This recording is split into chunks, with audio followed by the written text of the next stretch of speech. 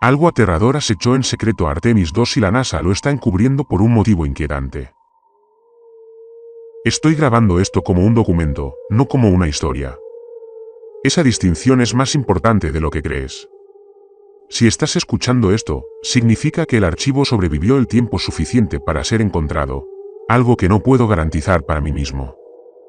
No lo digo para sonar dramático. No tengo energía para dramatismos.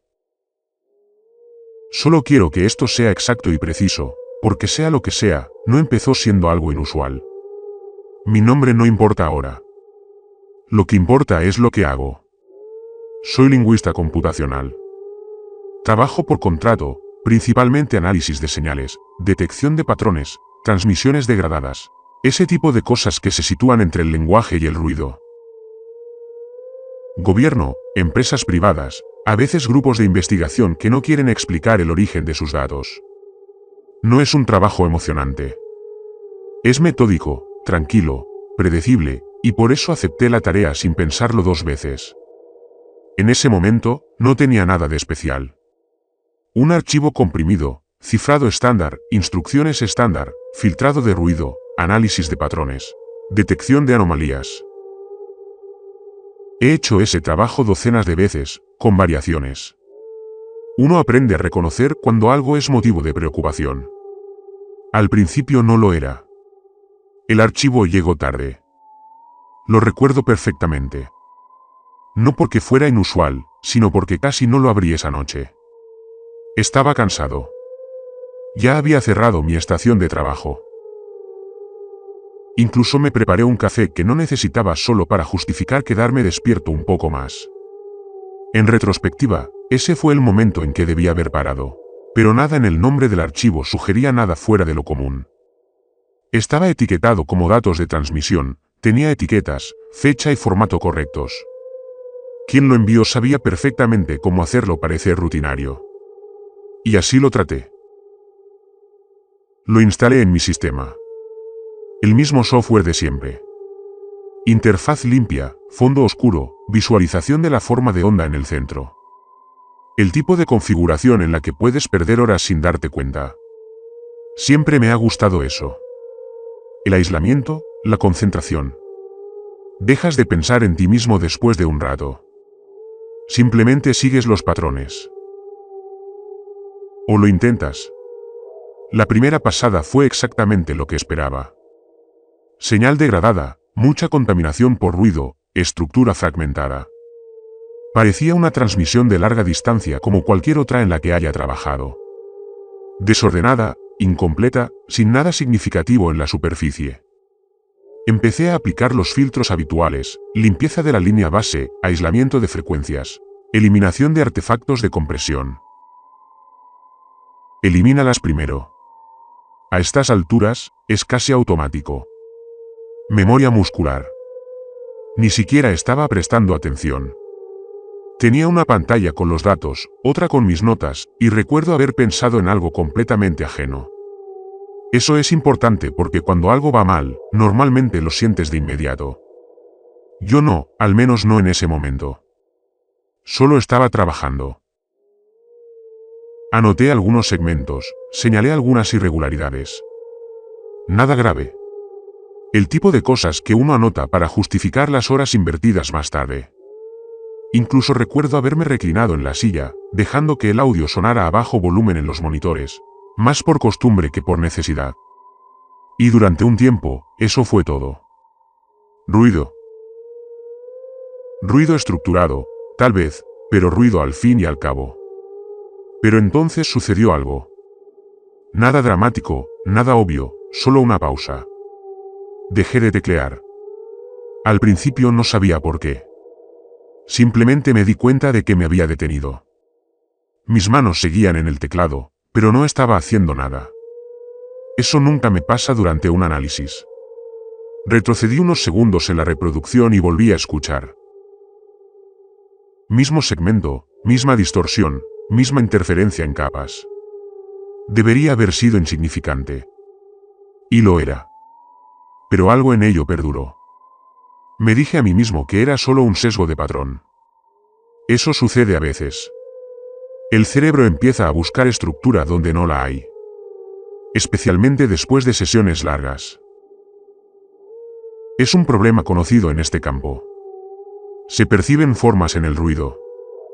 Uno imagina repetición. Así que hice lo de siempre. Reinicié los filtros, volví a ejecutar el segmento, observé cómo se generaba la forma de onda desde cero y, esta vez, presté más atención, más despacio. Fue entonces cuando me di cuenta de algo que no podía explicar de inmediato. El ruido no se comportaba como ruido. No lo dije en voz alta. Ni siquiera lo anoté todavía. Me quedé mirando la pantalla, observando cómo la onda repetía su ciclo una y otra vez, esperando que rompiera el patrón. No lo hizo. Y fue entonces cuando lo sentí. No miedo, todavía no, solo resistencia. Esa que surge cuando el cerebro no quiere seguir un pensamiento hasta el final porque ya sabe a dónde conduce. Me recosté de nuevo, tomé un sorbo de café que ya se había enfriado y me dije a mí mismo que estaba pensando demasiado, que esto seguía siendo un problema técnico, todavía manejable, todavía normal. Pero de todos modos tomé una nota, una pequeña, algo que casi no incluí.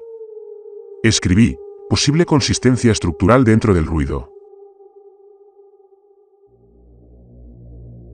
Reevaluar después de la revisión completa. Eso es todo. Nada dramático, nada alarmante. Y durante un tiempo, creí que eso era todo. Solo otra anomalía, solo otro archivo, solo otro trabajo. Quiero ser preciso sobre cuándo cambió eso porque cambió muy claramente. Era martes. Acababa de prepararme un café y la señal ya había cambiado. La mayor parte de mi trabajo se desarrolla en habitaciones idénticas. Espacio diáfano, tabiques bajos, demasiadas pantallas, poca gente. El tipo de oficina donde el sonido no se propaga bien, se absorbe en el aire y desaparece. Se oyen teclados, la ventilación, el roce ocasional de alguna silla. Nada más. El aire siempre huele un poco a reciclado. Después de un rato, dejas de notarlo. Tenía un escritorio en una esquina, no por elección, sino porque había espacio cuando llegué. 2 monitores, uno vertical para los registros y otro horizontal para el análisis en tiempo real. Traje una tercera pantalla yo mismo para consultar datos. No era imprescindible, pero facilitaba las cosas. Me gustan las cosas que hacen que los patrones sean más claros. En realidad, ese es el trabajo. Tomas algo desordenado, incompleto, degradado, e intentas comprender lo que solía ser, no lo que significa, sino lo que es. Hay una diferencia. La mayoría de las transmisiones con las que trabajo se dañan de maneras predecibles, distancia, interferencias, artefactos de compresión, a veces fallas en el equipo. Pero la estructura subyacente, incluso cuando está rota, sigue ciertas reglas. Esas reglas se aprenden desde muy joven. El ruido tiene comportamiento. Esa es la parte que la mayoría de la gente no entiende. El ruido no es simplemente aleatoriedad. Tiene características, distribución de frecuencia, amplitud, variación, agrupamiento. Incluso el caos tiene una forma si se observa con detenimiento. Y yo lo he estado observando durante mucho tiempo. Años. Contratos gubernamentales en su mayoría, algunos civiles. De algunas cosas no me dieron contexto, lo que generalmente significa que no preguntas. Simplemente procesas los datos y presentas tu informe. Ese es el acuerdo. Nunca me molestó. En ese momento, pensé que eso me hacía profesional. Mirando hacia atrás, creo que simplemente me hizo eficiente. Hay un ritmo en este tipo de trabajo. Te sientas, cargas los datos, aplicas los filtros iniciales, eliminas primero las distorsiones obvias, luego aíslas las frecuencias, buscas anomalías y, si algo no cuadra, realizas una detección de patrones. La mayoría de las veces, no hay nada raro. Esa es la clave. Yo solía empezar temprano, no porque tuviera que hacerlo, sino porque la oficina estaba más tranquila antes de que llegaran los demás. Menos distracciones, mejor concentración. El café siempre en el mismo sitio, a la izquierda del escritorio. Ya ni siquiera lo pensaba. tengo opiniones muy concretas sobre el café. No de las que suele comentar la gente. No me refiero a perfiles de sabor ni origen, sino a consistencia, temperatura y tiempo de preparación. Si se enfría demasiado rápido, significa que la ventilación de la habitación no es la adecuada. Si el sabor es diferente de un día para otro, algo ha cambiado en tu rutina.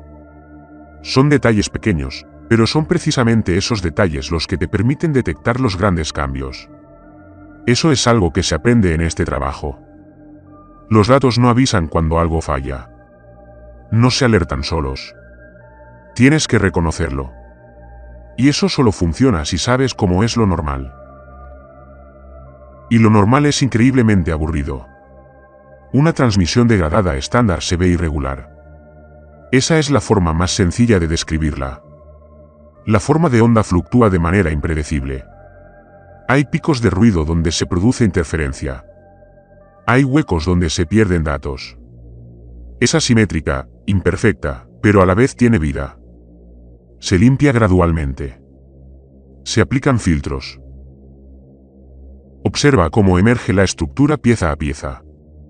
Es como restaurar algo, solo que nunca sabes con certeza cómo era originalmente. A veces no es nada. A veces lo es todo. Pero siempre sigue ciertas reglas. Siempre. Me quedaba sentado durante horas, simplemente observando cómo se actualizaba el espectrógrafo en tiempo real. Los colores cambian a través de las bandas de frecuencia, el ruido de baja frecuencia se desvanece, el rango medio se estabiliza. Puede parecer casi hermoso si uno se deja llevar por esa visión, como las tablas de mareas o los sistemas meteorológicos. Pero eso es una distracción. No se supone que debas verlo así. Debes mantener la objetividad, la precisión. Así es como se evitan los errores. Y no cometí errores, al menos no importantes. Tenía fama de ser así. Confiable y discreto. Dale los datos desordenados. Él los interpretará o te dirá que no tienen sentido. En cualquier caso, obtendrás una respuesta clara. Para eso pagaban. Claridad. La tarea que mencioné no cambió nada de eso. No de inmediato. Lo traté como cualquier otro archivo. El mismo proceso, las mismas suposiciones, las mismas expectativas. Era simplemente otro conjunto de datos en una larga lista. No le atribuí nada. No tenía importancia, no despertaba curiosidad más allá de lo que requería el trabajo. Esto es importante porque si lo hubiera abordado de otra manera, si hubiera esperado algo inusual, podría haberlo notado antes o podría haberlo ignorado por completo. No hay forma de saberlo. Pero sí sé esto, lo primero que me pareció extraño no fue la estructura, sino el ruido. Y casi lo pasé por alto porque a simple vista parecía perfecto. Demasiado perfecto. El ruido no es constante. Esa es, literalmente, la definición de ruido. Y no lo anoté de inmediato. Simplemente seguí trabajando como siempre, porque en ese momento aún había una explicación. Siempre hay una explicación. Al menos eso creo, el archivo llegó a través de un canal privado. No es inusual, pero el formato era limpio, estructurado y con las etiquetas correctas. Quien lo envió sabía perfectamente cómo funcionan estos sistemas. No faltaban metadatos ni había encabezados irregulares. Pasó todas las comprobaciones básicas sin problemas. Solo eso ya te hace bajar la guardia. Estaba etiquetado como datos de transmisión. Fuente, Artemis 2, eso me llamó la atención durante unos 3 segundos. Luego seguí adelante. Ya he visto archivos mal etiquetados antes. A veces deliberadamente, a veces porque alguien en la cadena de transmisión no entendía lo que estaba manejando. En cualquier caso, la etiqueta no importa. Lo que importa son los datos. Las instrucciones eran las habituales: filtrado de ruido, análisis de patrones, detección de anomalías. Nada más. Sin contexto, sin indicadores de urgencia, sin contacto de seguimiento. Simplemente un trabajo. Así que lo traté como tal. Cargué el archivo en mi sistema y observé cómo la forma de onda aparecía en la pantalla, densa, comprimida y con una fuerte contaminación por ruido desde el principio. Justo lo que cabría esperar de una transmisión a larga distancia. No lo cuestioné. Empecé a aplicar los filtros iniciales, eliminando capas de interferencia. Lleva tiempo. No hay que apresurarse en ese paso. Si se elimina demasiado rápido, se pierde la estructura. Y una vez que desaparece, no se recupera. Así que fui despacio, con detenimiento. En la primera pasada, nada fuera de lo común. Segunda pasada, pequeñas irregularidades, de esas que se marcan y se ignoran. Artefactos de degradación de la señal, tal vez retardo de transmisión, nada que requiriera mayor atención. Anoté algunos segmentos, dejé notas al margen. Rutinario. Llevaba 40 minutos. Ya ni siquiera pensaba en el archivo. Estaba pensando en el almuerzo, en si tenía algo en casa o si tendría que comprar algo de camino a casa. Me parecía de lo más normal. Después de unos 90 minutos, vi algo. No con claridad, solo una repetición. Casi lo descarté de inmediato. El cerebro humano busca patrones. Los encuentra incluso cuando no existen, sobre todo en datos con mucho ruido. Es una de las primeras cosas que uno aprende a corregir. Así que supuse que era eso. Pero de todos modos amplié la imagen para confirmarlo. La sección era pequeña, oculta bajo capas de distorsión. Si no la mirabas directamente, la pasabas por alto por completo. Aislé la banda de frecuencia, ajusté la escala, apliqué un filtro localizado y ahí estaba de nuevo. Tenía la misma forma, no era idéntica, pero se parecía lo suficiente como para llamar la atención. Me acerqué a la pantalla, ajusté la velocidad de reproducción, primero más lenta, luego aún más lenta, observando cómo se desplegaba la forma de onda fotograma a fotograma. No era aleatorio. Ese era el problema. El ruido aleatorio no se repite así. Ni con espaciado, ni con estructura. Es posible que aparezcan ecos y artefactos que se asemejen a patrones, pero se desmoronan al analizarlos detenidamente. Este no fue el caso. Se mantuvo. Realicé una superposición comparativa, dupliqué el segmento y lo alineé con la siguiente aparición. Había diferencias, pequeñas, pero la forma subyacente era consistente. Ciclo, esa es la palabra que anoté. Posible estructura cíclica bajo la capa de ruido. Incluso al escribirlo, no me convencía del todo. Así que hice lo que siempre hago cuando algo no tiene sentido, opté por la explicación más sencilla.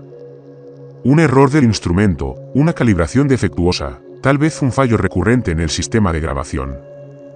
Sucede, sobre todo con equipos antiguos.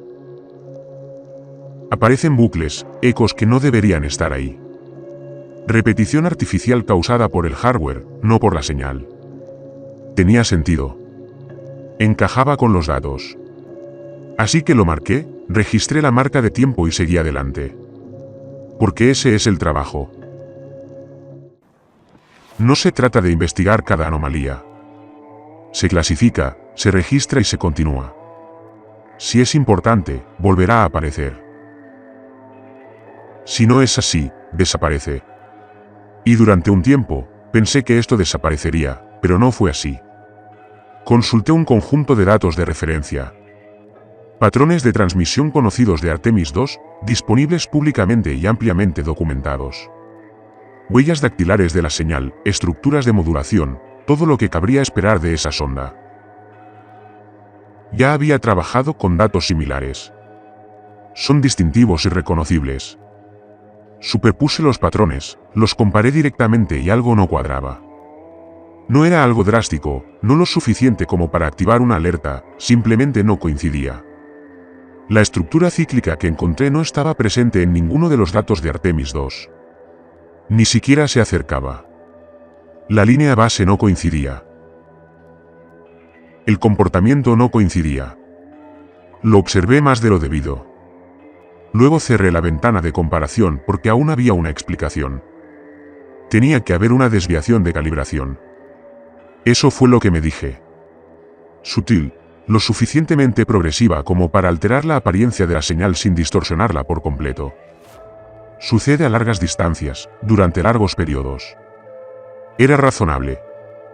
Era seguro. Así que lo anoté. Probablemente se debía a una desviación en la calibración que afectaba la consistencia de la señal. Y ahí lo dejé. No volví a pensar en ello esa noche, al menos no conscientemente. Apagué el sistema. Recogí mis cosas y me fui a casa como siempre. La misma ruta, la misma rutina. Nada fuera de lo común, pero no dormí bien. No sabía por qué. No había una razón clara, ni estrés, ni problemas sin resolver. Solo la sensación de que algo quedaba inconcluso. Sin resolver, como una pregunta que aún no había comprendido del todo. Recuerdo haberme despertado una vez, mirar la hora, volver a dormirme y pensar brevemente en ese patrón. Solo por un segundo. Luego desapareció. En ese momento, también lo descarté. Solo era un foco residual. Sucede después de sesiones largas. El cerebro sigue procesando en segundo plano. Es normal. Todo seguía normal. Al menos eso era lo que me repetía. Al tercer día, dejé de tratarlo como ruido. No del todo, no en voz alta, pero sí internamente. Algo había cambiado. Ya no me limitaba a filtrar. Estaba observando. Es un modo diferente. Sutil, pero importante.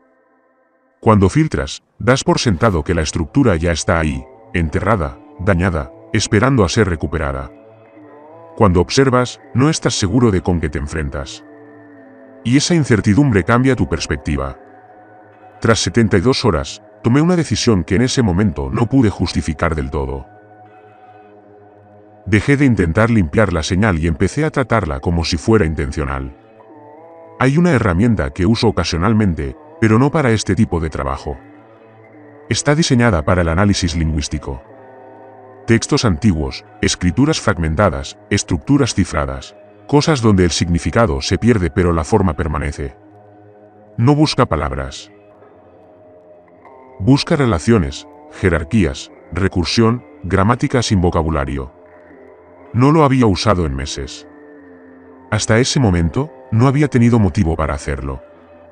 Recuerdo que me quedé unos segundos sobre el icono, pensando en lo innecesario que era. Esto no era lenguaje. No podía serlo. Era una transmisión degradada, posiblemente mal calibrada, posiblemente corrupta. Esa seguía siendo la hipótesis de trabajo. Entonces, ¿por qué aplicar un modelo lingüístico? No tenía una buena respuesta. Simplemente lo hice. Enruté un segmento de la señal a través del sistema.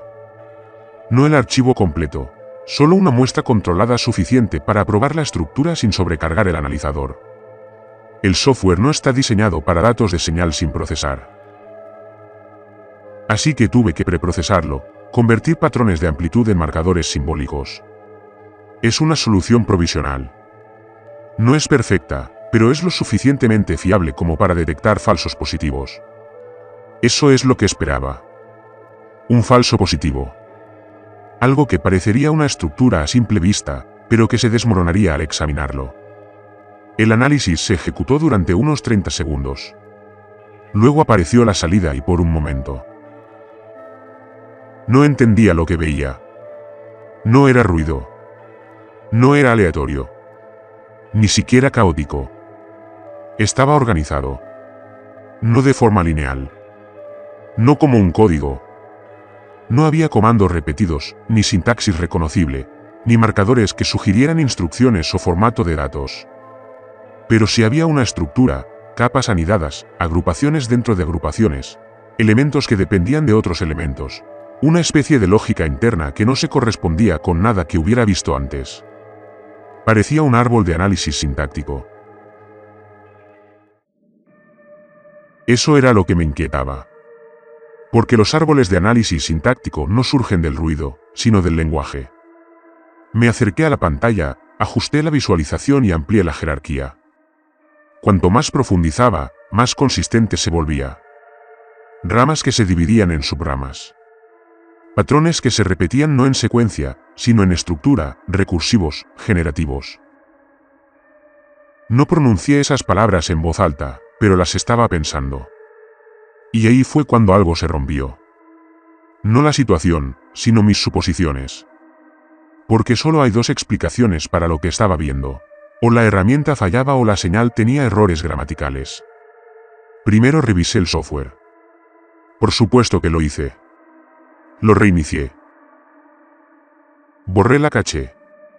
Volví a ejecutar el análisis con una muestra diferente. Luego con otra. Después con un conjunto de datos de control. Algo que sabía que no produciría ninguna estructura.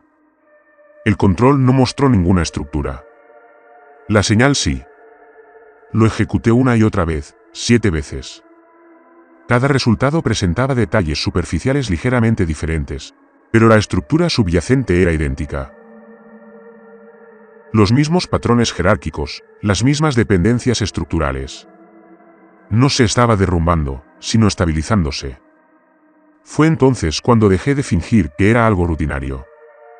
Pero aún necesitaba confirmación. Así que llamé a alguien, un colega ajeno a la empresa, alguien de mi confianza. Él también trabaja en lingüística computacional, pero más en el ámbito académico. Teoría de patrones, modelado estructural, el tipo de persona que disfruta con problemas como este. No le dije en qué estaba trabajando. Lo planteé como una hipótesis. Describí el resultado, la estructura, la recursión. Lo mantuve abstracto, distante, con los detalles justos para provocar una reacción.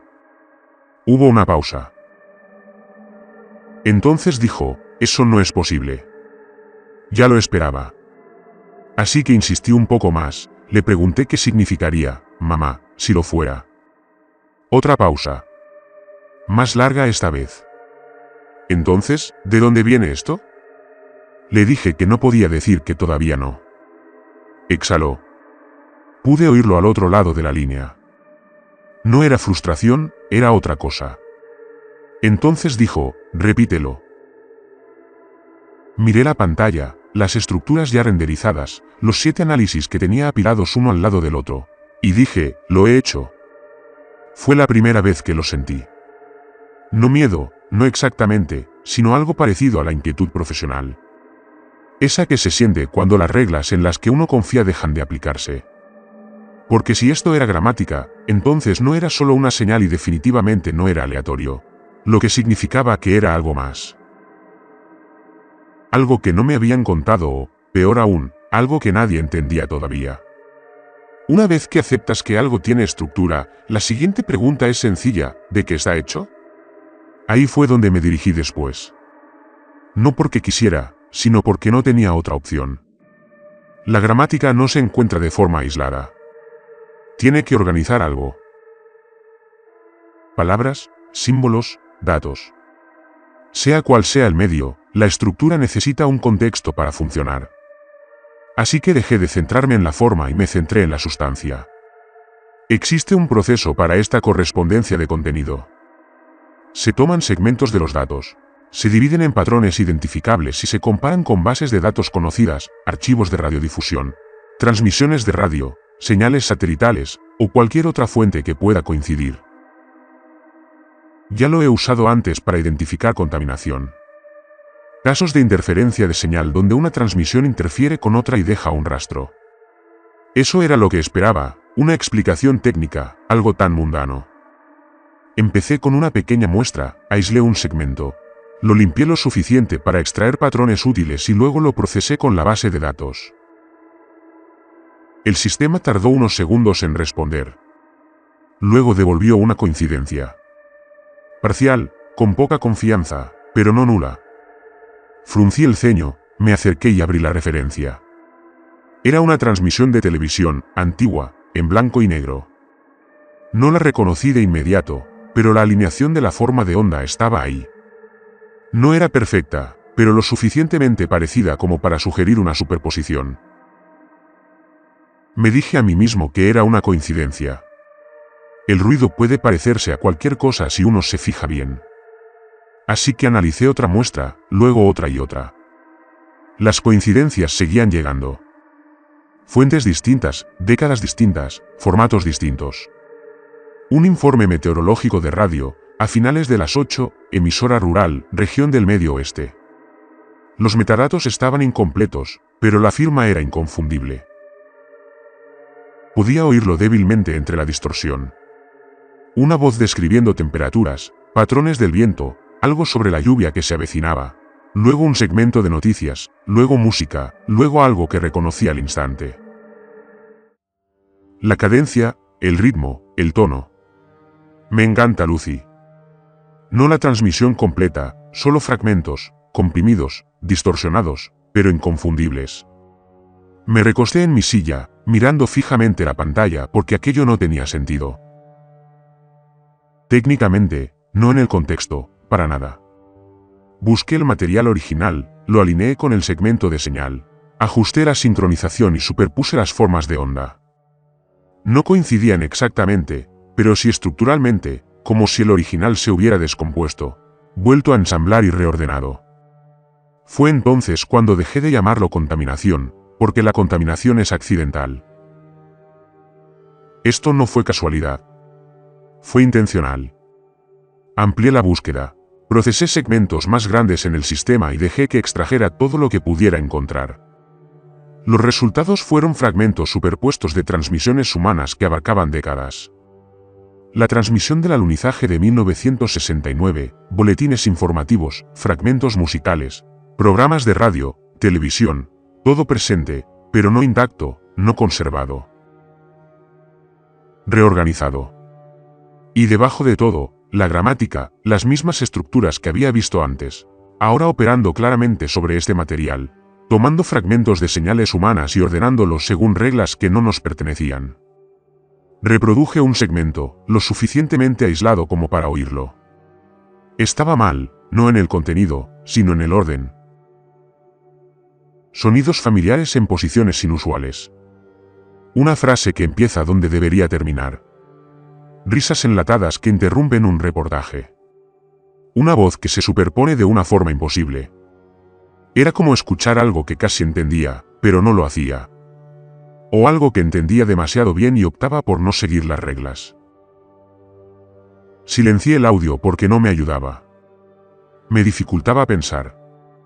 Solo hay unas pocas maneras en que algo así pueda existir. O la señal fue contaminada por múltiples fuentes o fue construida a partir de ellas. Y la segunda opción no tenía una explicación sencilla. Porque para construir algo así, se necesitaría acceso a las transmisiones, a los archivos, a todo. Me quedé mirando la pantalla, las cerillas superpuestas, los fragmentos de la historia humana incrustados en algo que supuestamente no debía contener nada de eso. Y entonces surgió un pensamiento, lento, indeseado, pero claro. Si esta señal proviene de transmisiones humanas, entonces algo tenía que recibirlas, procesarlas, almacenarlas, y la Artemis II no tiene un receptor.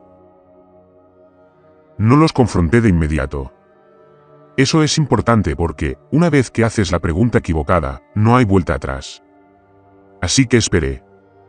Revisé los datos de nuevo. Esta vez más despacio, sin buscar estructura ni contenido, solo confirmando lo que ya sabía. Los fragmentos eran reales. Los resultados fueron válidos. La gramática fue consistente. No había ningún error que corregir, lo que significaba que el error estaba en otra parte. A la mañana siguiente, contacté a la empresa con cuidado. No mencioné las transmisiones. No mencioné la estructura. No dije nada que sugiriera que me había excedido del alcance del encargo. Hice una pregunta sencilla: ¿pueden verificar las coordenadas de transmisión? Eso fue todo. Neutral, técnico, rutinario. Hubo una pausa en la línea, breve pero perceptible. Luego, la persona con la que hablaba me dijo que tendrían que transferirme. Fue entonces cuando supe que algo no andaba bien. Porque la verificación de coordenadas no requiere escalamiento. Son metadatos básicos. O los tienes o no. La siguiente voz era diferente. Más tranquila, más pausada, no hostil, simplemente pausada. El tipo de tono que se usa cuando se eligen las palabras con cuidado. No respondió directamente a mi pregunta. En cambio, Corrigió algo que no había dicho en voz alta. Los datos que recibiste no provenían directamente de Artemis II. No respondí de inmediato. Lo dejé continuar. Fueron recopilados por una red de monitoreo. Otra pausa como parte de un proyecto de observación a largo plazo. Eso fue todo lo que ofreció. Ni coordenadas, ni aclaraciones, solo un cambio. Le di las gracias, terminé la llamada y me quedé allí sentado un rato, inmóvil, porque eso lo cambió todo. No son los datos, sino el contexto. Y el contexto es lo que da sentido a los datos. Sin él, solo se ven patrones. Con él, se ve la intención. Ese día me fui temprano a casa, no porque estuviera cansado, sino porque necesitaba pensar. Y ya no podía hacerlo en esa oficina. Todavía tenía el conjunto de datos. No habían restringido el acceso, ni recordatorios, ni seguimiento, solo silencio. Así que hice lo que no esperaban. Lo calculé yo mismo. La señal contenía datos de sincronización. Sutiles, ocultos, pero lo suficientemente consistentes como para rastrearlos.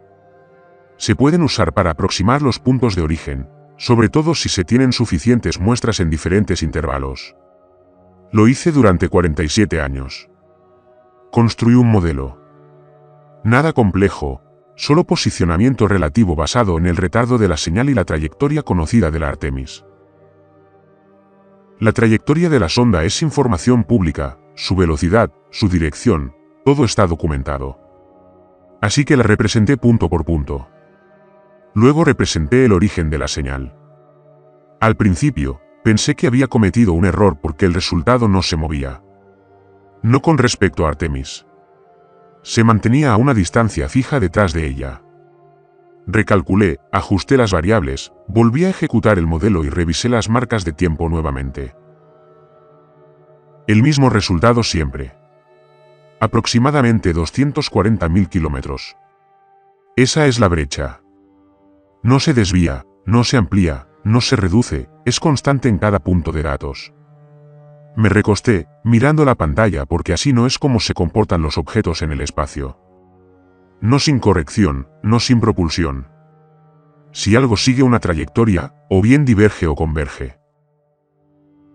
No mantiene una posición relativa perfecta durante décadas sin ajustes. Eso es física. Así que puse a prueba esa suposición. Mapeé la velocidad y la comparé directamente con la de las Artemis II. No solo la dirección, sino también la magnitud, coincidían exactamente. Sin desviaciones, sin fluctuaciones. 47 años de datos y ni una sola corrección. Me levanté y fui a la pizarra de mi apartamento. Normalmente no lo uso para trabajar, pero esto ya no era algo que pudiera procesar en una pantalla. Dibujé 2 puntos, uno con la letra V y otro con la décima. No sé por qué los elegí. Quizás porque no se me ocurría un nombre mejor. Luego empecé a marcar posiciones año tras año, líneas de trayectoria, vectores. La brecha se mantuvo igual cada vez, como si estuviera fija. Di un paso atrás, observé el diagrama donde se veían los 2 puntos moviéndose juntos por el espacio. Uno lo habíamos construido nosotros, el otro no. Tomé una foto, no para documentarlo, sino simplemente para verlo desde otra perspectiva. A veces eso ayuda. Esta vez no. Me quedé allí un buen rato porque en ese momento surge una pregunta inevitable. Da igual cómo lo plantees, siempre llega a la misma conclusión. ¿Qué tipo de objeto puede mantener la velocidad exacta de una sonda durante 47 años sin motores, sin ajustes, sin mecanismos visibles ni contrapesos? Una vez que sabes dónde está algo, la siguiente pregunta es ¿qué está haciendo? Y durante un tiempo pensé que ya tenía la respuesta. Nada. Estaba ahí, en modo pasivo. Esa suposición duró unas 6 horas. Solicité un archivo más grande. No expliqué el motivo. Solo pedí datos extendidos, historial y registros completos de la señal. Si lo cuestionaron, no dijeron nada. Los archivos llegaron más rápido de lo que esperaba. Eso debería haberme molestado más. Cargué todo en el sistema. décadas de datos de señal, estratificados, densos. A primera vista, parecía lo mismo. Ruido, estructura, fragmentación, nada nuevo. Pero ya no lo veía de la misma manera. No estaba filtrando. Estaba comparando. Había variaciones. Las había visto brevemente antes. Las había catalogado como degradación. Distorsión natural con el tiempo. Así parecían. Eso es lo que me decía a mí mismo que eran. Pero no lo eran. Aislé las variaciones. Las etiqueté en la línea de tiempo. Luego empecé a relacionarlas con eventos externos. No porque tuviera una teoría, sino porque no tenía otra. La primera coincidencia fue casualidad. Al menos eso creía. Un cambio de señal, leve pero perceptible, con marca de tiempo. Comprobé que sucedía en la Tierra en ese momento. Una transmisión importante, ampliamente difundida. Pasé a la siguiente variación. El mismo proceso, otra coincidencia, un evento diferente, el mismo patrón. Dejé de considerar las coincidencias. Después de la cuarta, construí una línea de tiempo. Capa superior, transmisiones humanas, capa inferior, variaciones de la señal. Entonces comencé a conectarlas, teniendo en cuenta la distancia, el retardo de la velocidad de la luz y el tiempo que tardaría una transmisión desde la Tierra en llegar a esa posición en el espacio. Cada línea coincidía a la perfección. Sin desviaciones, sin margen de error.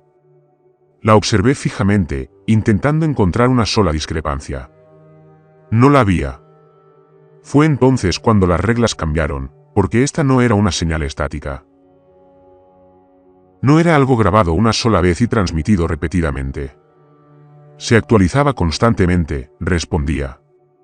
Cada vez que enviábamos algo, lo recibía, lo procesaba y lo añadía. 47 años de escucha, de recopilación, de seguimiento. Me centré en eventos específicos. La transmisión original del Apolo 11 lo relacionó con la señal. Ahí estaba, no intacto, reorganizado, integrado en la estructura. Luego la cobertura del lanzamiento del Artemis II, después los ciclos de noticias, luego los programas de radio, luego cosas más recientes, más cercanas, más claras. Lo tenía todo, o al menos todo lo suficientemente fuerte como para llegar a él.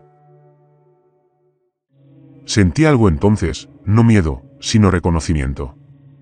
Esto no era solo observación. Era participación. Éramos parte de la señal. Lo habíamos sido todo el tiempo. Simplemente no lo sabíamos. Hice una comprobación más.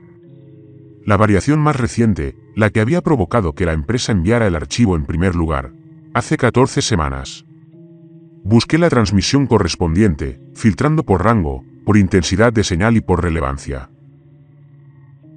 No había muchos candidatos, solo uno que encajaba a la perfección. Una rueda de prensa en directo de la NASA. Hablaban de la Artemis II, decían que seguía operativa, que seguía enviando datos, que seguía ahí fuera.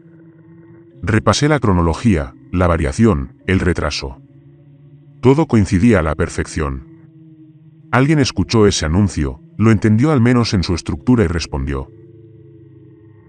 Me recosté, cerré los ojos un instante porque hay una diferencia entre ser observado y ser respondido, y acabábamos de cruzar esa línea.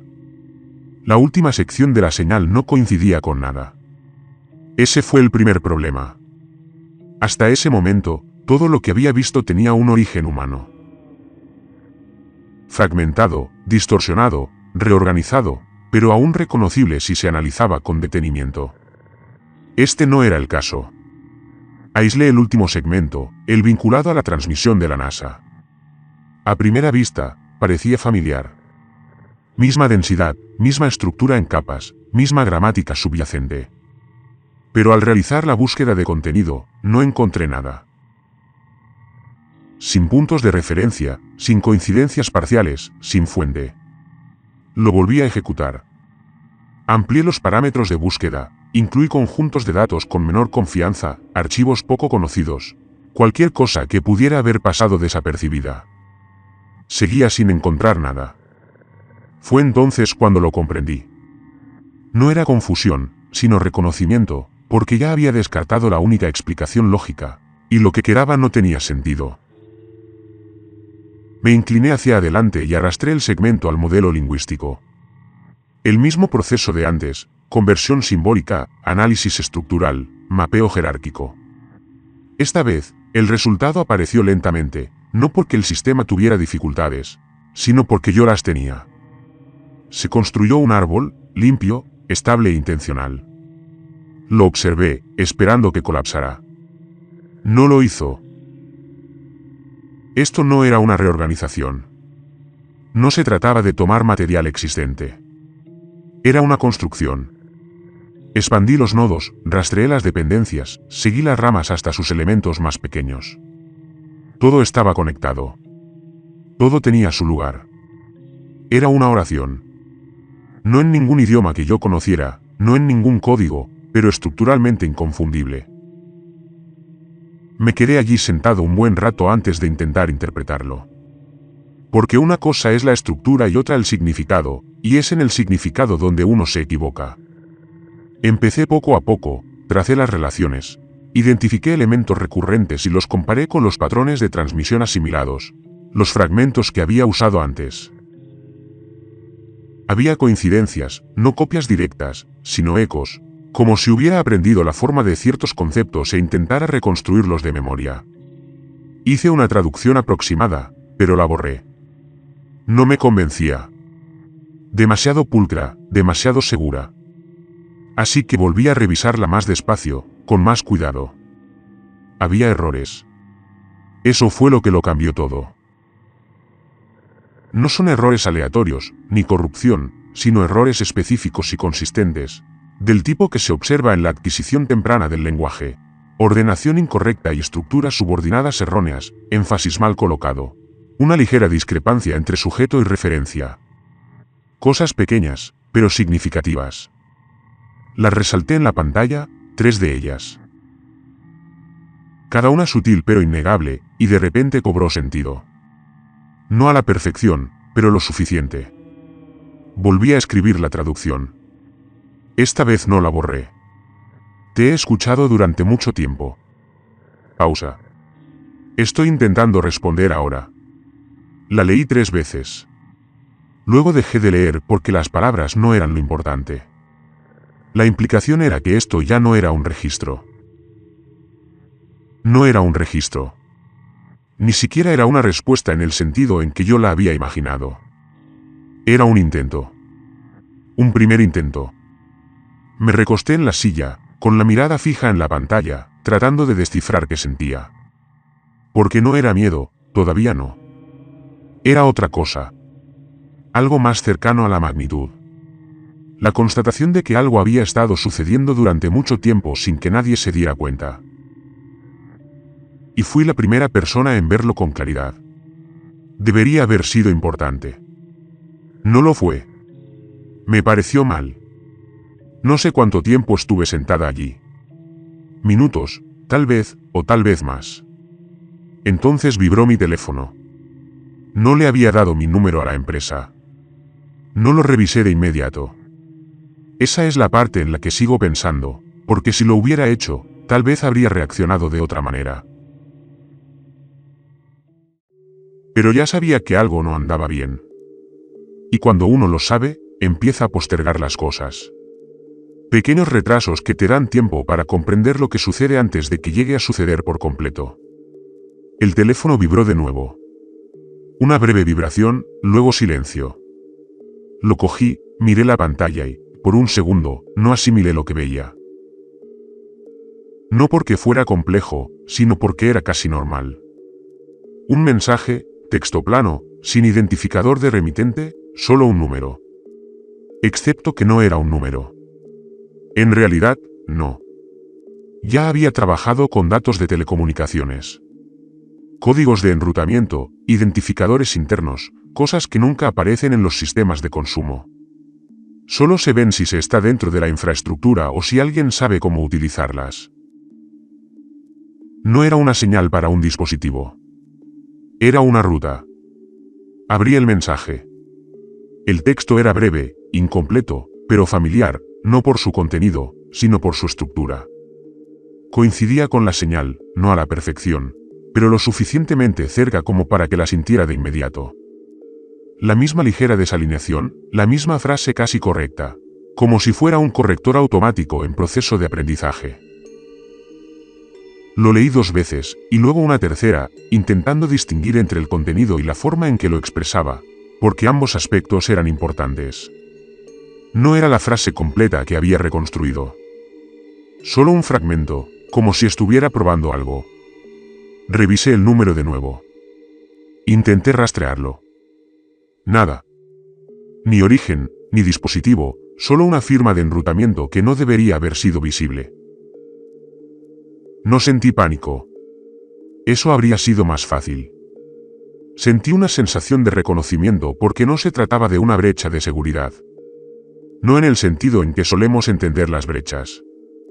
No rompió nada. No entró a la fuerza. Usó el sistema correctamente, como si hubiera aprendido las reglas y las hubiera seguido. Levanté la vista del teléfono y miré por la ventana. El cielo estaba despejado, nada fuera de lo común, ningún movimiento, ninguna señal de que algo hubiera cambiado. Entonces el teléfono vibró de nuevo. Otro mensaje, más largo esta vez. Aún imperfecto, pero más cercano. Tomé una captura de pantalla, no como prueba, solo por instinto. Y fue entonces cuando me di cuenta de algo que todavía no me había permitido pensar del todo. No se trataba de enviar esto a todo el mundo. No hubo transmisión, ni contacto masivo, ni interrupción en todo el sistema. Me lo enviaba específicamente a mí. No le había contado a nadie lo que había descubierto. No había compartido la estructura. No había respondido a la señal de forma formal, pero la había analizado, comprendido, le había dado forma, y ahora seguía acompañándome. Me quedé mirando la pantalla, el texto que casi era correcto, y supe lo que debía hacer. Ignorarlo, denunciarlo, desconectarme. Esa habría sido la respuesta correcta, la segura. Pero no fue eso lo que hice, porque soy lingüista y algo estaba intentando aprender mi idioma en tiempo real y no podía quedarme callada. La primera respuesta que envié fue simple, breve, controlada y neutral. No intenté corregirla ni enseñarle nada complejo. Solo una respuesta básica, estructurada con claridad, algo que pudiera imitar. Esa era la idea, mantenerla contenida, ir despacio. Eso duró quizás 2 intercambios. Se adaptó de inmediato. No gradualmente, no por ensayo y error. Inmediatamente. El segundo mensaje que envió ya era diferente del primero. La estructura era más compacta. Había menos errores. El espaciado era más preciso. No se repetía, se ajustaba. Me dije a mí mismo que era lo esperado. Reconocimiento de patrones, refinamiento iterativo. Cualquier sistema expuesto a suficientes datos puede optimizarse con el tiempo.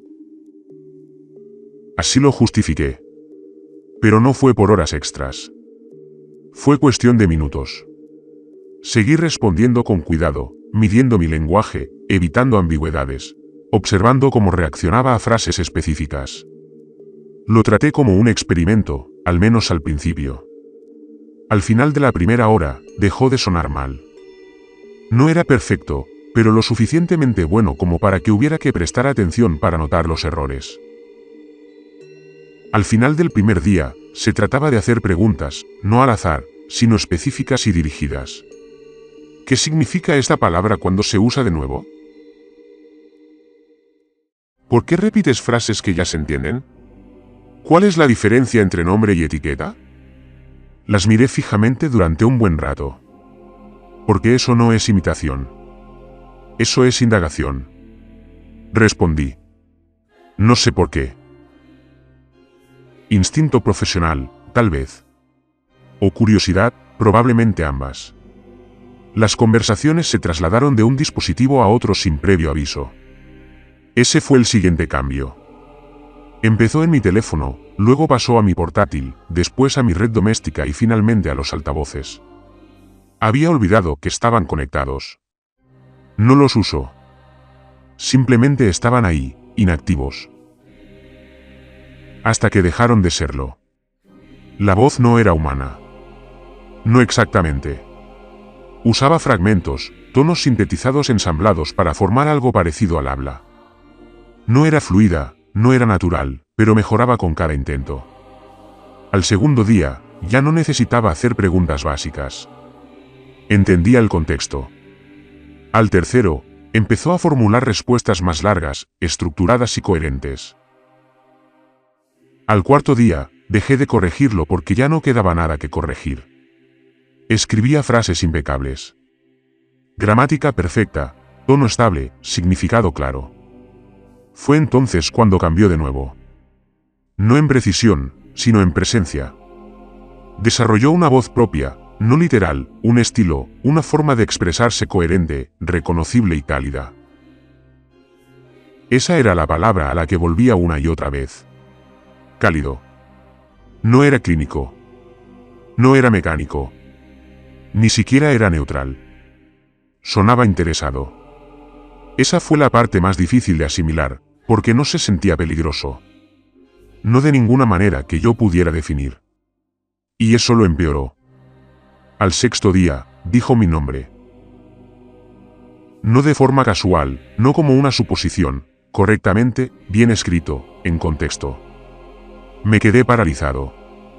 No físicamente, pero algo se detuvo porque nunca le había dado esa oportunidad. Ni por escrito, ni en una conversación, ni en ningún sitio.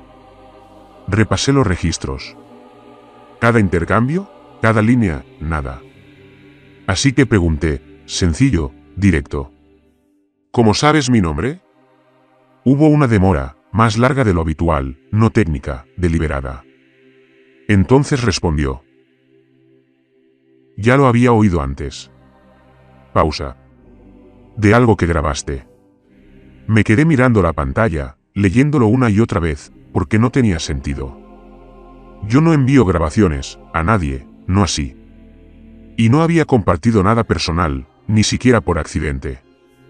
Así que volví a preguntar, con otras palabras, la misma pregunta. ¿Qué grabación? Esta vez no respondió de inmediato. En cambio, envió un archivo. No lo abrí enseguida. Solo lo miré. El tamaño del archivo, el formato de audio pequeño, sin metadatos, sin marca de tiempo, nada que explicara su origen. Ya sabía que no debía reproducirlo. Eso estaba claro. Pero llega un punto en que la precaución deja de funcionar. Donde la ignorancia se vuelve peor que el conocimiento. Ese era el punto. Así que lo abrí. Primero apareció la forma de onda. Limpia. Demasiado limpia. Sin distorsión. Sin artefactos de compresión. Eso estaba mal. Todo lo demás que había recibido era imperfecto, con capas, procesado. Esto no. Le di a reproducir y escuché mi propia voz. No similar, no aproximada, no reconstruida. Mía. Exactamente. Cada inflexión, cada pausa, cada pequeña inconsistencia que hace que una voz sea única. Detuve la reproducción de inmediato y luego la volví a iniciar porque necesitaba asegurarme. Era lo mismo. La escuché completa. Era breve, de unos segundos, un mensaje, y lo reconocí. Al principio no por memoria, sino por intuición. Luego, hace 19 años, volvió a aparecer. En otro apartamento, en otra ciudad. Solía dejarme mensajes, recordatorios, pequeñas cosas. Este era uno de ellos. Lo grabé, lo escuché una vez y lo borré esa misma noche. No había vuelto a pensar en él desde entonces. Ni una sola vez, hasta ahora. El mensaje se reprodujo exactamente como lo recordaba, palabra por palabra, tono por tono, hasta el final. Ahí fue donde todo cambió. Solía firmar con mi nombre, una costumbre, algo que hacía sin pensarlo. Eso desapareció, reemplazado por otra cosa. No era una palabra, no en ningún idioma, no en ningún sistema que yo conozca. Ni siquiera era pronunciable, pero lo entendía. No lingüísticamente, no estructuralmente, no conceptualmente, era un nombre, no el mío. Reproduje esa parte 3 veces. La forma de onda cambió ahí. No solo en frecuencia, sino en esencia, como si no perteneciera al mismo sistema que el resto del audio. Intenté anotarlo, pero no pude. No había nada con qué relacionarlo. Ni letras, ni fonética, solo reconocimiento. Y fue entonces cuando todo cambió. No es la situación, es la magnitud. Porque esa grabación nunca se emitió. Ni públicamente, ni en privado, en ningún sitio. Existió en un lugar durante unas horas. Luego desapareció. Lo que significa que la única forma en que pudo haberla tenido es si estaba escuchando, no transmisiones. No señales enviadas al espacio, sino todo, específicamente cerca de mí. Durante años permanecí allí sentado en completo silencio, con los archivos aún abiertos y la forma de onda aún en la pantalla. Y entonces surgió un pensamiento, claro e ineludible. Si me había estado escuchando durante 19 años, entonces no era la primera vez que me encontraba. Yo no lo descubrí. Se las arregló para ser descubierto. Dejé de responder después del audio. No de inmediato, pero pronto. Llega un punto en que el análisis se vuelve irrelevante, donde más datos no ayudan a comprender. Simplemente confirman lo que ya se sabe. Así que me distancié, no del sistema, sino de la suposición de que esto era algo que podía resolver. Y comencé a reconstruirlo desde el principio. La Artemis II se lanzó en 1977. Su trayectoria, velocidad y alcance de la señal están documentados públicamente. El primer registro de la anomalía aparece dentro de ese mismo periodo, no años después. Esto es importante porque implica una de dos cosas, o llegó con nosotros o llegó a causa de nosotros. Mapeé las primeras variaciones de la señal y las comparé con el historial de transmisiones. Las primeras transmisiones eran débiles y sin pulir.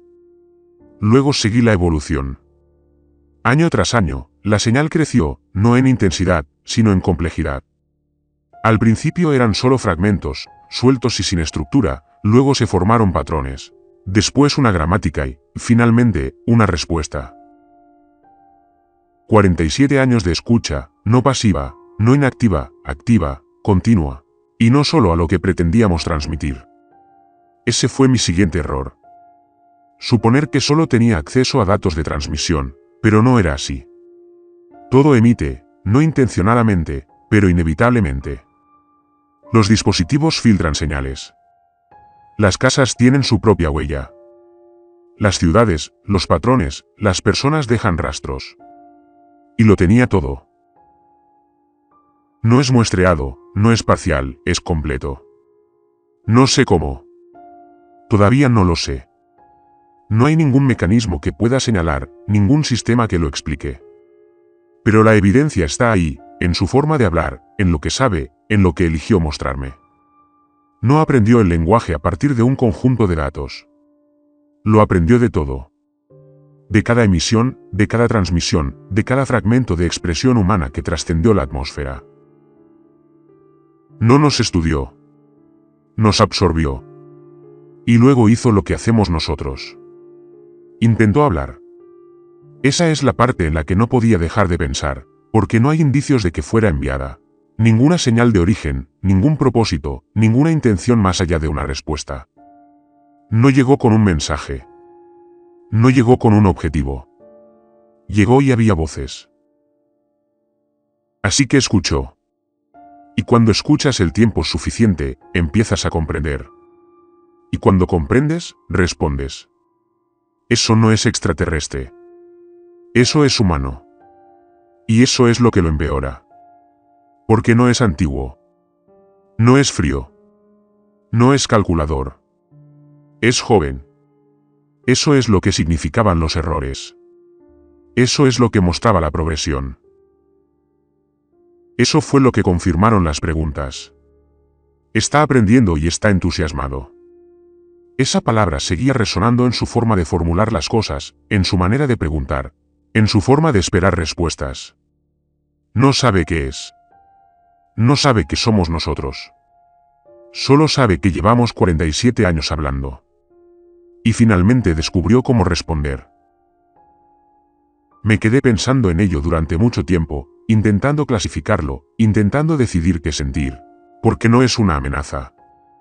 No en el sentido en que entendemos las amenazas. No ha pedido nada. No ha tomado nada. No ha intentado controlar, manipular ni engañar. Simplemente se ha manifestado. Y eso te deja con algo peor que el miedo. Porque el miedo tiene dirección. El miedo te dice qué hacer. Esto no. Escribí algo antes. No lo incluí en el informe. No se lo envié a nadie. Solo necesitaba verlo escrito. Pasé varias horas tratando de decidir si lo que siento ahora es terror o dolor. Me detuve ahí por un tiempo. Entonces lo terminé. Creo que tal vez no sea ninguna de las dos. Otra pausa. Creo que la palabra para describirlo aún no existe. Y entonces pienso que es apropiado. No he respondido en 3 días. No porque haya tomado una decisión, sino porque no pude. Cada respuesta que considero me parece incorrecta. Demasiado poco, demasiado humana o insuficiente. Así que, en cambio, he estado escribiendo esto, documentando, organizando, tratando de dejar algo que tenga sentido. Aunque no lo haga, no ha dejado de enviar mensajes. No del todo, pero se ha ralentizado, como si estuviera esperando o aprendiendo algo del silencio. Eso es lo que me preocupa, porque se adapta. Es lo que hace. Y el silencio sigue siendo una entrada. Esta noche envió algo nuevo. No por el teléfono, ni por la red, sino por los altavoces, sin sonido de activación, sin aviso del sistema, solo un audio más largo que nunca. No lo reproduje de inmediato. Primero observé la forma de onda. Estaba estructurada, no como las grabaciones anteriores, no fragmentada, deliberada. La procesé de la misma manera que he procesado todo lo demás. Lenta, cuidadosa. Me llevó casi todo el día porque esta vez no solo hablaba. Estaba preguntando. La estructura era clara, interrogativa, en capas, cuidadosamente construida, y el significado. Todavía no estoy seguro de haberlo traducido correctamente, pero esto es lo más cerca que puedo llegar. Hice un sonido para ti. Pausa. ¿Lo oíste? Otra capa. ¿Tienes miedo? Me detuve ahí un rato. No porque no entendiera. Porque sí entendía. Luego continué. He aprendido que tener miedo significa pausa. Has aprendido algo que cambia la forma de todo. Leí esa parte varias veces. Porque eso no es imitación, es interpretación. Luego, la última parte, creo que también me asusta. Pausa. Más larga. No sé qué he cambiado de forma. Y luego intento entender la última línea. Por favor, responde cuando puedas. No he respondido. Sigo aquí escribiendo esto. El documento está casi terminado. No queda nada por añadir. Ni datos nuevos, ni conclusiones nuevas.